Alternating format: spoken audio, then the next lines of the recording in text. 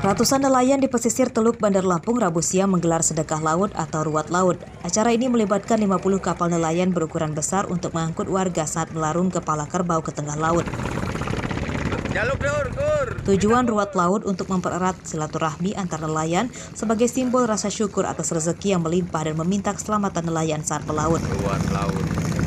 Ini merupakan satu wujud syukur yang diterima oleh masyarakat nelayan Kota Bandar Lampung yang hasil karena penangkapannya berlimpah dan juga salah satu sisi juga untuk bagaimana memberikan satu edukasi ke nelayan bahwa pentingnya kita menjaga lingkungan melalui tradisi ruat laut atau sedekah laut ini.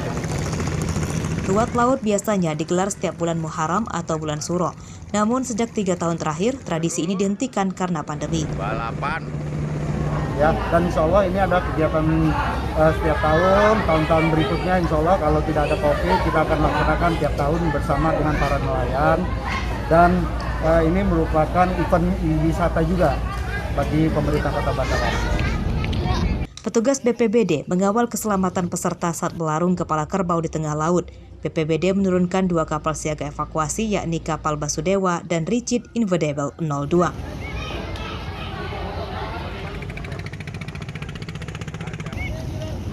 Kemudian melibatkan kapal yang begitu banyak, disebutkan Pak Ketua ini tadi 50-an kapal, kemudian dengan ratusan nelayan, sehingga kami pikir ini penting untuk kita laksanakan pengawasan, pemantauan, kita siagakan tim, baik personil maupun peralatan. Pada acara ruat laut ini, nelayan juga meminta pemerintah untuk mengatasi kelangkaan solar. Sebagian nelayan tidak bisa melaut karena tidak mendapatkan solar. Jeffrey Arifin melaporkan dari Bandar Lampung. Yang menjadi latar belakang dalam penulisan disertasi ini. Melalui disertasinya, Dwi Putri Melati berharap hukum adat Lampung bisa disosialisasikan di masyarakat dan institusi penegak hukum. Hal itu supaya bisa menjadi acuan untuk menggelar penyidikan hingga mengambil keputusan dalam pengadilan. Saling berdampingan, struktur hukum dan kultur hukum. Dwi juga mengusulkan difungsikannya kembali hukum pidana adat Lampung dalam kasus hukum pidana umum yang terjadi di Lampung yang berlaku bagi orang Lampung serta luar Lampung yang diangkat saudara secara adat. Oleh karenanya perlunya refungsionalisasi hukum. Hal itu disampaikan Dwi pada ujian terbuka program doktoral Fakultas Hukum Universitas Lampung pada Rabu siang.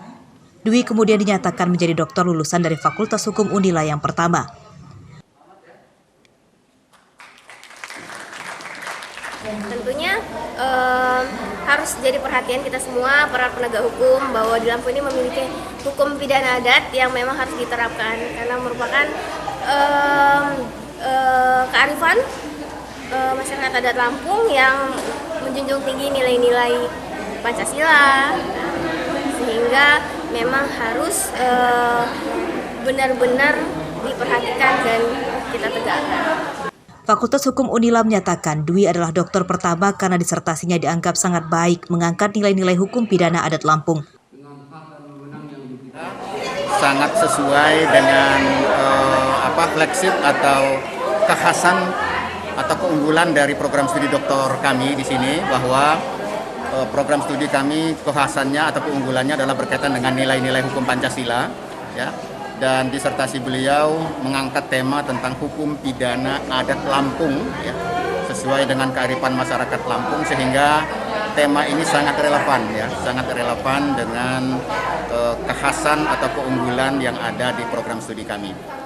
Fakultas Hukum Unila berharap akan muncul para calon dokter lain yang setelah lulus bisa mengembangkan ilmunya untuk mengangkat nama alma maternya. Jeffrey Arifin melaporkan dari Bandar Lampung.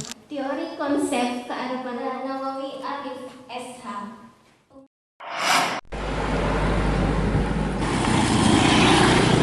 Pemerintah Kabupaten Lampung Utara mengalokasikan uang 12 miliar rupiah untuk memperbaiki jalan tahun ini. Rencana perbaikan kini masuk tahap perencanaan dan akan dilelang awal Mei mendatang.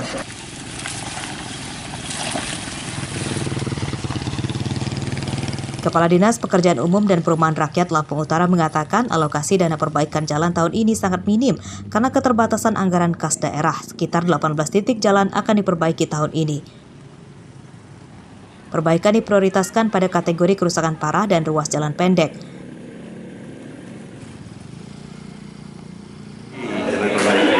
Karena ruas jalan kita sekarang memang banyak yang belum tertangani untuk perbaikan jalan, banyak. Jadi pemeliharaan yang kurang karena situasi keuangan kita belum mencukupi juga, makanya ada ruas pendek-pendek yang kita perbaiki. Tapi yang akan kita lakukan dengan kegiatan dana tanggap darurat. Dan ini rusak sudah berapa lama, Bang? Kira-kira kayaknya udah setahunan lebih deh, Bang. Dari mana ke mana ini, Bang? Dari seputaran Taruko sampai ke arah Pemda, Bang. Ini lintas kabupaten ya, Bang ya? Ya, lintas kabupaten itu. Kedalamannya sendiri berapa, Bang? Oh, kalau kedalaman saya nggak ngukur, Bang. Cuman kalau setiap hujan itu lubang-lubang itu digenangi air. Jadi begitu lewat itu kadang-kadang bisa kejebak di lubang itu, Bang. Ketutup ya? Iya, Bang. Kepala Dinas PUPR mengklaim alokasi dana perbaikan jalan sebelum pandemi paling sedikit 40 miliar rupiah per tahun. Tingginya anggaran perbaikan jalan tersebut karena tanah di Lampung Utara banyak yang masih labil sehingga jalan cepat rusak meski baru diperbaiki. Ardi Yohaba melaporkan dari Lampung Utara.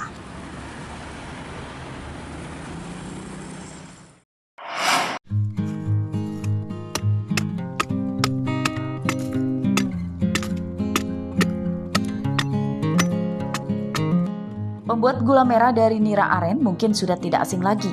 Namun bagaimana dengan nira dari kelapa sawit? Bisakah dibuat gula merah? Dan jawabannya adalah bisa.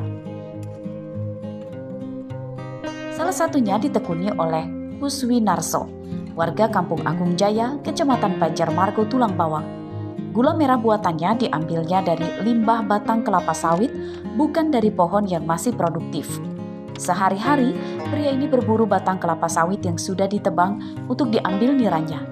Kuswinarso tidak memiliki lahan kelapa sawit. Nira diambil dari tandan muda. Nira yang keluar kemudian diwadahi ember. Untuk menjaganya tetap bersih, nira disaring dengan kain.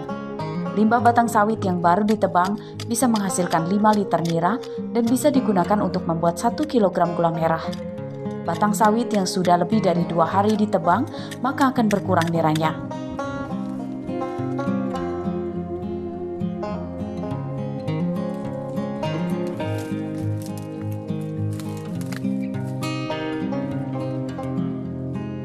Awalnya melihat pohon sawit ini tidak berguna, sia-sia, dibakar, jadi alangkah sayang.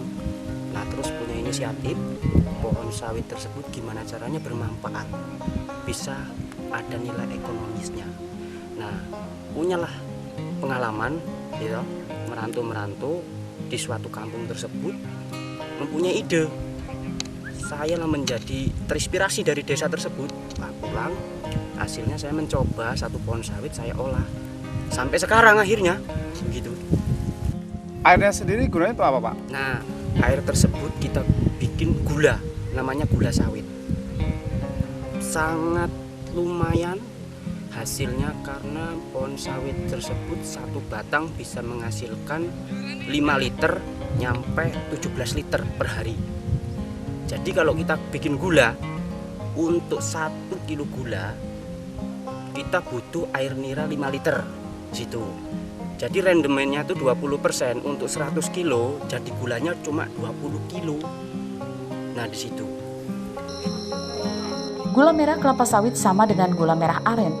Gula merah dari nira kelapa sawit dijual ke pedagang pasar Tulang Bawang dengan harga Rp15-20.000 per kilogram. Mustaqim melaporkan dari Tulang Bawang.